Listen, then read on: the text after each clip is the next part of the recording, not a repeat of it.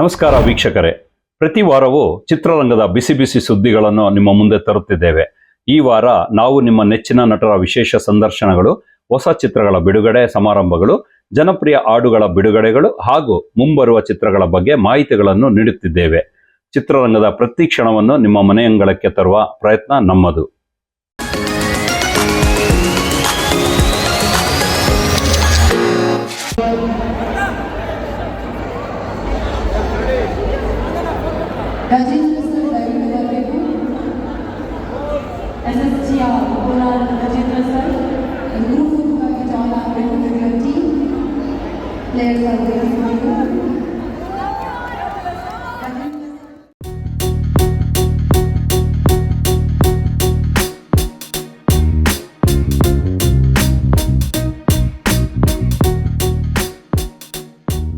ಅಮ್ಮ ಕ್ಷಮಿಸ್ತಿರೋ ವಿಷಯವೇ ಇಲ್ಲ. ನಾವು ಎಷ್ಟು ಸತಿ ಏನೇ ತಪ್ಪು ಮಾಡಿದ್ರು ಕ್ಷಮಿಸಕ್ಕಿರೋದೇ ಒಬ್ರು ಅಮ್ಮ. ಅದ್ರ ಮೇಲೆ ಯಾರು ಹಾಡು ಮಾಡಿರ್ಲಿಲ್ಲ. ಬರೆದಂತಹ ನಿರ್ದೇಶಕನಿಗೆ ಹಾಗೂ ಸಂಗೀತ ನಿರ್ದೇಶಕ ಕಂಪೋಸರ್ಗೆ ನನ್ನ ವೈಯಕ್ತಿಕ ಶುಭಾಶಯಗಳು. ತುಂಬಾ ಕ್ಲೀನ್ ಆದ ಅಪ್ರೋಚ್. ಅಮ್ಮನಿಗಿಂತ ದೊಡ್ಡದು ಯಾವುದೂ ಇಲ್ವೇ ಇಲ್ಲ. ಅದ್ರ ಮೇಲೆ ಅವಳನ್ನ ಕ್ಷಮಿಸೋ ಅನ್ನೋದು ಪ್ರಕೃತಿನೇ ಕ್ಷಮಿಸೋ ಅನ್ನೋದು. ನನ್ನ ಒಂದು ಒಟ್ಟನ್ನೇ ಕ್ಷಮಿಸ್ಬಿಡು, ನಾನು ತಪ್ಪು ದಾರಿಲಿದ್ದೀನಿ ಅಂತ. ಸೊ ಅದು ಅಲ್ಲಿ ನೋಡ್ತಿದ್ದಾಗಲೇ ಮತ್ತೆ ತುಂಬಾ ಜನ ಮಾತಾಡಿದ್ರು, ಮೇಡಮ್ ಮಾತಾಡಿದ್ದು ಏನೋ ತುಂಬಾ ವಿಶೇಷವಾದಂತಹ ಪ್ರಯತ್ನ ಅದು. ಫಸ್ಟ್ ಒಂದು 4 ಲೈನ್ ಬರ್ಬಿಟ್ಟು ಕಳಿಸ್ದೆ, ಇದಕ್ಕೊಂದು ಕಂಪೋಸಿಷನ್ ಮಾಡಿ ಕಳಿಸಿ ಅಂತ. 3 to 4 hour ಟೈಮ್ ತಗೊಂಡು ಬುಕ್ಲೆನ ಕಳಿಸಿದ್ರು. ಇಮಿಡಿಯೇಟ್ಲಿ ಫೋನ್ ಮಾಡಿದ್ರೆ, ವಿಜಯ್ ಸಾಂಗ್ ಇತ್ತು ಹೋಗು, ಶಾರ್ಟ್ ಇದು ತುಂಬಾ ಚೆನ್ನಾಗಿದೆ ಅಂತ ಹೇಳಿದೆ. ಇವಾಗ ನೀವು ನೋಡಿದ್ದೀರಾ. ಸೊ ನನ್ ಕೂಸಿದ್ದು, ಸೊ ನನಗೆ ಚೆನ್ನಾಗಿದ್ರೆ ದಯವಿಟ್ಟು ಎಲ್ಲ ಕಡೆ ರೀಚ್ ಮಾಡಿ ಗೆಲ್ಲಿಸ್ಕೊಡ್ತೀರಾ ಅನ್ಕೊಂಡಿದ್ದೀನಿ. ನಾನೊಂದು ಪಾತ್ರ ಮಾಡಿದ್ದೀನಿ. ಈ ನಡುವೆ ನಾನು ಒಂದು 2-3 ಸಿನಿಮಾದ ಕಂಟಿನ್ಯೂಸ್ ಆಗಿ ಮಾಧ್ಯಮ ಮಿತ್ರ ಮುಂದೆ ಕಾಣಿಸ್ಕೊಂತ ಇದ್ದೀನಿ. ಕಾರಣ ಇಷ್ಟೇ, ಎಲ್ಲರೂ ಬಂದು ನನ್ನ ಸೀನಿಯರ್ ಅಂತ ಇದ್ದಾರೆ.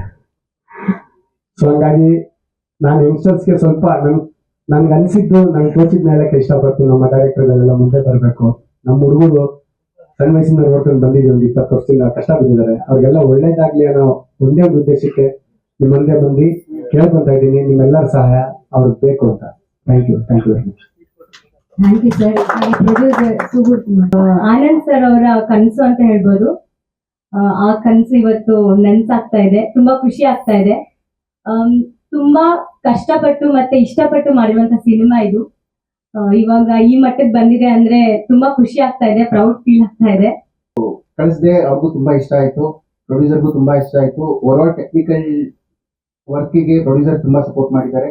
ಅಂಡ್ ಆನಂದ್ ಸರ್ ಈ ಅವಕಾಶ ಕೊಟ್ಟಿದ್ದಕ್ಕೆ ಪ್ರೊಡ್ಯೂಸರ್ಗೆ, ಡೈರೆಕ್ಟರ್ಗೆ ತುಂಬಾ ಥ್ಯಾಂಕ್ಸ್ ಹೇಳ್ತೀನಿ. ಎಲ್ಲ ಸಾಂಗ್ಸ್ ತುಂಬಾ ಚೆನ್ನಾಗಿ ಬಂದಿದೆ. ಆದಷ್ಟು ಬೇಗ ಸಿನಿಮಾ ಕೂಡ ನಿಮ್ಮ ಮುಂದೆ ಬರುತ್ತೆ. ಅಂಡ್ ಈ ಸಾಂಗ್ ನ ಪ್ರತಿಯೊಬ್ರು ದಯವಿಟ್ಟು ಮೀಡಿಯಾದವರು ಎಲ್ಲರಿಗೂ ರೀಚ್ ಮಾಡಿಸಿ. ಯಾಕೆಂದ್ರೆ ಒಂದು ರೌಡಿ ಅಂದ ತಕ್ಷಣನೇ ಅವನನ್ನ ಸಮಾಜ ನೋಡೋದೇ ಬೇರೆ ತರ.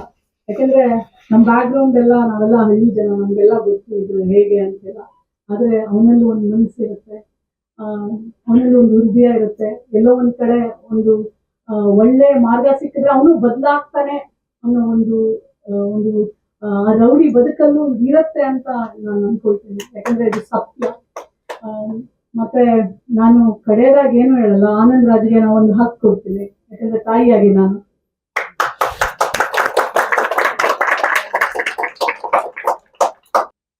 ಏನ್ರಿ ಈ ತರ ಕೇಳ್ತೀರಾ? ನಮ್ ಸಿನಿಮಾ ಅದು, ನಾನು ಮಾಡ್ತೀನಿ ಬಿಡಿ ಅಂತ ಒಂದು ಮಾತು ಕೊಟ್ರು. ನನ್ಗೆ ಅವಾಗ್ಲೂ ನನ್ಗೆ ಶೋರ್ ಇದ್ದಿಲ್ಲ. ಆದ್ರೆ ಅವ್ರಿಗೆ ಒಂದು ಫೋನ್ ಮಾಡಿದ್ದು ಇವತ್ತು ಯೋಗರಾಜ್ ಸರ್ ನನ್ನ ಪಕ್ಕ ಕೂತಿದ್ದಾರೆ. And thank you so much sir, thank you.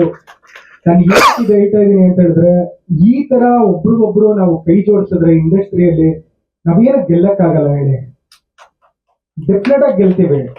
ಈ ಸಿನಿಮಾಗೆ ಮೊದಲಿಂದಲೂ ನೀವು ಸಪೋರ್ಟ್ ಮಾಡ್ತಾ ಬಂದಿದ್ದೀರಾ. ಟೀಸರ್ ನೋಡಿದಿರಲ್ಲ, ಅದೇ ರೀತಿ ಮುಂದೆ ಸಿನಿಮಾ ಅದೇ ರೀತಿ ಸಪೋರ್ಟ್ ಮಾಡ್ಕೊಂಡು ಕೇಳಿ.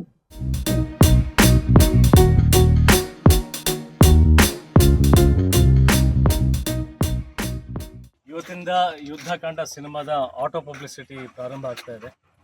ನಮ್ಮ ಕನ್ನಡದ ಸಿನಿಮಾದ ನಿಜವಾದ ಅಭಿಮಾನಿಗಳು ಯಾರು ಅಂದರೆ ಆಟೋ ಡ್ರೈವರ್ಸ್ಗಳು. ಆ್ಯಂಡ್ ನಾಗರಾಜ್ ಅವರ ಅಧ್ಯಕ್ಷತೆಯಲ್ಲಿ ಇದುವರೆಗೂ ಸಾಕಷ್ಟು ಕನ್ನಡ ಸಿನಿಮಾಗಳು ಪ್ರಚಾರಗೊಂಡಿದ್ದಾವೆ. ಅವರಿಂದ ಸಾಕಷ್ಟು ಬೆಂಬಲ ಬಂದಿದೆ. ಅವ್ರ ಮುಖಾಂತರ ಎಲ್ಲ ಆಟೋ ಚಾಲಕರ ಸ್ನೇಹಿತರು ಸಿಕ್ಕಾಪಟ್ಟೆ ಸಪೋರ್ಟ್ ಮಾಡಿದ್ದಾರೆ.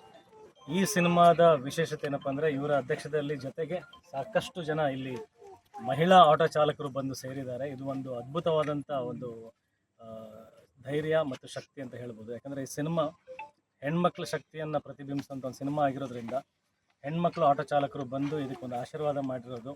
ಕೃಷ್ಣನಿಗೆ ಬರೀ ಇಷ್ಟು ಜನ ಹೆಂಡತಿಯಂದ್ರು ಅಂತ ಹೇಳ್ತಾರೆ, ಕೃಷ್ಣನಿಗೆ ಇಷ್ಟು ಜನ ಅಕ್ಕ ತಂಗಿಯಂದ್ರು ಇದ್ದಾರೆ ಅಂತಲೂ ಇದು ತೋರಿಸ್ಕೊಡುವಂಥ ಒಂದು ಸಂಕೇತ. ಏನಿಲ್ಲ, ಒಂದು ಹೆಣ್ಮಕ್ಳಿಗೆ ಎಲ್ಲೇ ಒಂದು ಅತ್ಯಾಚಾರ ಆದಾಗ, ಅನ್ಯಾಯ ಆದಾಗ ಅವರಿಗೆ ಸರಿಯಾದ ರೀತಿಯಲ್ಲಿ ನ್ಯಾಯ ಸಿಗಬೇಕು, ಸರಿಯಾದ ಸಮಯದಲ್ಲಿ ನ್ಯಾಯ ಸಿಗಬೇಕು. ಇದು ನನ್ನ ಯುದ್ಧಕಾಂಡ ಸಿನಿಮಾದ ಹೋರಾಟ.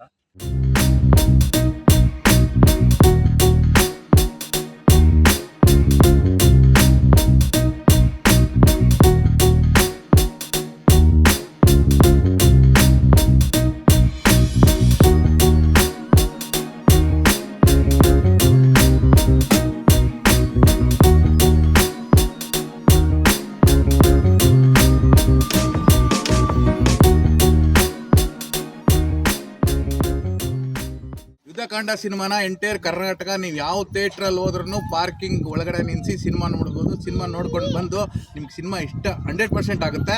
ಯಾಕೆಂದರೆ ಅಜಯ್ ರಾವ್ ಸರ್ ಮಾಡೋ ಸಿನಿಮಾ ಎಲ್ಲ ಫ್ಯಾಮಿಲಿ ಕೂತ್ಕೊಂಡು ನೋಡುವಂಥ ಸಿನಿಮಾ. ಇವತ್ತು ನಡೀತದೆ ಅಂತ ನನಗೆ ಗೊತ್ತಿರಲಿಲ್ಲ. ಯಾಕಂದರೆ ಇಷ್ಟು ಜನ ಹೆಣ್ಮಕ್ಳು ನೋಡಿರ್ತೀನಿ. ನಿಜವಾಗ್ಲೂ ನನಗೆ ಇವತ್ತು ಭಾಳ ಆಶ್ಚರ್ಯ ಆಗಿದೆ, ಭಾಳ ಖುಷಿನೂ ಆಗಿದೆ. ಜೊತೆಗೆ ಏನಂದರೆ ಈ ಸಿನಿಮಾ ಎಲ್ಲರೂ ನೋಡ್ತಿದ್ದಾರೆ, ಅದು ಒಂದು ನನಗೆ ಇವರೆಲ್ಲ ಸಪೋರ್ಟಿಂದ ನನಗೆ ಭಾಳ ತುಂಬ ಹೆಮ್ಮೆ ಅನ್ನಿಸ್ತಾ ಇದೆ. ಯಾವ ಹೆಣ್ಮಕ್ಳನ್ನು ಅವ್ರವ್ರನ್ನ ಕಾಪಾಡ್ಕೊಳ್ಳುವಂಥ ಶಕ್ತಿ ತಂದೆ ತಾಯಿಯಿಂದನೇ ಕಲಿಬೇಕು. ಅವರು ಯಾರೂ ತಲೆ ತಗ್ಗಿಸ್ಬಾರ್ದು, ಅವ್ರವ್ರು ಕಾಪಾಡ್ಕೊಳ್ಳೋಂಥ ಶಕ್ತಿ ಅವರು ಬರಬೇಕು ಅಂತ ದೇವರಲ್ಲಿ ಕೇಳ್ಕೊಳ್ತೀನಿ. ಇವತ್ತು ಒಂದು ನನಗೆ ತುಂಬ ಶುಭ ದಿನ. ನನ್ನ ಮಗ ಅಂಥೇಳಿ ನಾನು ತುಂಬ ಹೆಮ್ಮೆ ಕೂಡ ಇದೆ. ನಾನು ಪೂರ್ಣ ನೋಡಿಲ್ಲ, ನೋಡಬೇಕು. ಯುದ್ಧಕಾಂಡ ಚಾಪ್ಟರ್ 2 ಯಾವ ಪರ್ಪಸ್ಗೆ ಆ ಸಿನಿಮಾ ಆಯಿತು ಅದು ಹೇಳ್ಕೋಬೋದು. ನಾನೇ ಒಂದು ರೀತಿ ಸ್ಥಾಪಿಸ್ಕೊಳ್ತೇನೆ, ಅದರಿಂದಾಗಿ ಈ ಸಿನಿಮಾ ಮಾಡಿದೆ. ಅದು ಒಂದು ರೀತಿ ಸ್ವಾರ್ಥ ಇರ್ಬೋದು, ಆದರೆ ಹೊರಗಿನ ಸಮಷ್ಟಿಗೆ ಬೇಕಾದದ್ದನ್ನು ಏನು ಮಾಡ್ತಾ ಇದ್ದೀನಿ ಅಂತ ಹೊರಡುವಾಗ ಆ ಸ್ವಾರ್ಥವನ್ನು ಪಕ್ಕಕ್ಕಿಟ್ಟೇ ಆ ಕೆಲಸ ಮಾಡಬೇಕಾಗುತ್ತೆ. ಇಲ್ಲದ್ರೆ ಇಡೀ ಪ್ರೊಡಕ್ಷನ್ನ ಹೊರೆಯನ್ನು ಒಬ್ಬರು ಹೊರಡೋಕ್ಕೆ ಸಾಧ್ಯ ಇಲ್ಲ. ಆ ಹೊಣೆಯನ್ನು ಹೊತ್ತ ಮೇಲೆ ಕೂಡ ನಟನಾಗಿ ತನ್ನನ್ನು ತಾನು ಸ್ಥಾಪಿಸ್ಕೊಳ್ಳೋಕೆ ಹೊರಟಿದ್ದೀನಿ ಅಂದರೆ ಅದರ ಹಿಂದೆ ನಿಜವಾದಂತಹ ಒಂದು ಭಾರಿ ಆಶಯ ಇದೆ ಅನ್ನೋದನ್ನು ನಾವು ಕಾಣಿಸ್ತೇವೆ. ಅದು ಇಲ್ಲಿ ಕಂಡು ಬೀಳ್ತಾ ಇದೆ. ಹೆಂಡತಿಯರಾಗ್ಲಿ, ಅಕ್ಕ ತಂಗಿಯರಾಗ್ಲಿ, ಮಕ್ಕಳು, ಹೆಣ್ಮಕ್ಳು ಇರೋರು ಎಲ್ಲರೂ V share the same thought. First of all ಈ ಥರದ ಇನ್ಸಿಡೆಂಟ್ಗಳಾಗಬಾರ್ದು. ಆದ್ರೂ ಅದಕ್ಕೆ ನಮಗೆ ಟೈಮ್ ಕರೆಕ್ಟಾಗಿ ನ್ಯಾಯ ಸಿಗಬೇಕು ಅನ್ನೋ ಒಂದು ಬೇಸಿಕ್ ಥಾಟ್ ನನಗೆ I wanted to be a part of the film. ನಾನು ತುಂಬ ಆರ್ಗ್ಯೂ ಮಾಡೋ ನೇಚರ್ ಇದೆ ನನಗೆ. ನಾನು ಶೂಟಿಂಗ್ ಆಗ್ಬೇಕಾದ್ರೆ ಸ್ಕ್ರಿಪ್ಟ್ ಅವ್ರು ಓದಿದ್ದ ಟೈಮಲ್ಲಿ ಮಧ್ಯ ಸೀನ್ಗಳಲ್ಲಿ ಮಧ್ಯನೂ ನಾನು ಇದು ಹಿಂಗೆ ಅದು ಹಿಂಗೆ ಯಾಕೆ ಹಿಂಗಿದೆ ಅಂತ ಕೇಳಿದ್ರೆ ಅವ್ರಿಗೆ ಉತ್ತರ ಕೊಡೋದಕ್ಕೆ ಅಷ್ಟು ರಿಸರ್ಚ್ ಮಾಡ್ಕೊಂಡಿದ್ರು ಅವ್ರು ಆಗಲೇ. ಅದಕ್ಕೆ ಬೇರೆ ಬೇರೆ ಆಯಾಮಗಳಿಂದ ಒಂದು any victim is a victim. ಈ ಕೇಸಲ್ಲಿ ಹೆಣ್ಣು, ಆದರೆ ಒಂದು ಹೆಣ್ಣಿಗೆ ಹೆಣ್ಣು ವಿಕ್ಟಿಮ್ ಆದಾಗ ಹೆಣ್ಣಿನ ಸುತ್ತ ಒಂದು ಜಗತ್ತಿರುತ್ತೆ, ಅವರೆಲ್ಲರೂ ವಿಕ್ಟಿಮ್ಸ್ ಆಗ್ತಾರೆ. ಸೊ ಪ್ರತಿಯೊಬ್ಬರಿಗೂ ಬ್ಯಾಕ್ಗ್ರೌಂಡ್ ಯಾರು ಅಂತ ಕೇಳಿದಾಗ ಇತ್ತೀಚೆಗೆ ಹೊಸಬ್ರಿಗೆಲ್ಲ Puneeth Rajkumar sir, with the blessings of Puneeth Rajkumar sir. So ನಮಗೆ ಬ್ಲೆಸ್ಸಿಂಗ್ಸು ಪ್ರತಿಯೊಂದು ಕಡೆನೂ ಸಿಗ್ತೈತೆ ಅವ್ರದ್ದು. ನಮಗೆ ಟ್ರೈಲರ್ಗಂತ ಬಂದಾಗ ಅಥವಾ ಸ್ಕ್ರಿಪ್ಟ್ ಮಾಡಿದಾಗ ಪ್ರತಿಯೊಂದು ಕಡೆನೂ ಹೋದಾಗ ನಾವು ಬ್ಲೆಸ್ಸಿಂಗ್ಸ್ ತೊಗೊಂಡಿದ್ದೀವಿ. ಸೊ ಟ್ರೈಲರ್ ಅಂತ ಬಂದಾಗ ನಮಗೆ ಮುರಳಿ ಸರ್ ಅವರು ಟ್ರೈಲರ್ ರಿಲೀಸ್ ಮಾಡ್ಕೊಂಡು ಕೊಟ್ಟರು. ಮತ್ತು ಕೊನೆ ಸಾಂಗು ರಿಲೀಸ್ ಮಾಡಬೇಕು ಅಂತ ಬಂದಾಗ ಅಶ್ವಿನಿ ಮ್ಯಾಮು ಅಪ್ರೋಚ್ ಇದಕ್ಕೆ ರಿಲೀಸ್ ಮಾಡ್ಕೊಂಡು ಕೊಟ್ಟರು. ಸೊ ಪ್ರತಿಯೊಂದು ಕಡೆನೂ ನಮಗೆ ಪುನೀತ್ ರಾಜ್ಕುಮಾರ್ ಸರ್ದು ಒಂಥರ ಬ್ಲೆಸ್ಸಿಂಗ್ಸು ಯಾವಾಗಲೂ ಇದೆ. ಸೊ ನಾನು ಹೇಳೋದೊಂದೇ, ಸೊ ಪ್ರತಿಯೊಬ್ಬರು ಟ್ರೈ ಮಾಡಿದ್ರೆ ಇದು ಹಾಗೆ ಆಗುತ್ತೆ. ಸೊ ಸಿನಿಮಾನ ಪ್ರತಿಯೊಬ್ಬರು ಪ್ರೀತಿಸಿದ್ರ, ಜನರು ಪ್ರೇಕ್ಷಕರು 25 ದಿನದವರೆಗೂ ರೀಚ್ ಮಾಡಿಸಿದ್ರ. ಸೊ ನನ್ನ ಪ್ರತಿಯೊಂದು ಕಡೆನೂ ಕೃತಜ್ಞತೆ ಇರುತ್ತೆ. So thanks everybody. ನನ್ನ ಪಾತ್ರ ಈ ಸಿನಿಮಾದಲ್ಲಿ ಬಂದು ಮಲ್ಲು ಏನು ಡಾಕ್ಟರ್ ಪುನೀತ್ ರಾಜ್ಕುಮಾರ್ ಅವ್ರನ್ನ ಇನ್ಸ್ಪಿರೇಷನ್ ಆಗಿ ತಗೊಂಡು ಕೆಲಸ ಮಾಡಕ್ಕೆ ಹೊರಟಿರ್ತಾನೆ. ಅದನ್ನ ಅಚೀವ್ ಮಾಡೋಕ್ಕೆ ಮಾತ್ರ ಏನೋ ರಿಸೋರ್ಸಸ್ ಇರಲ್ಲ. ಸೊ ಆ ರಿಸೋರ್ಸಸ್ನ ನಾನು ಪ್ರೊವೈಡ್ ಮಾಡಿ ಅವನಿಗೆ ಸಪೋರ್ಟ್ ಮಾಡುವಂತಹ ಕ್ಯಾರೆಕ್ಟರ್. ಪಾತ್ರದಲ್ಲಿ ಪಾತ್ರ ನನ್ನ ಪಾತ್ರ. ಈ ಸಿನಿಮಾದಲ್ಲಿ ಕೆಲಸ ಮಾಡೋ ಮೂಲಕ ನಾನು ಮೂಲತಃ ರಂಗಭೂಮಿಯಿಂದ ಬಂದವನು. ಈ ಸಿನಿಮಾ ಮಾಡ್ತಾ ಮಾಡ್ತಾ ಕಲಿಯೋದಕ್ಕೆ ತುಂಬ ಅವಕಾಶ ಬಂದಿದೆ.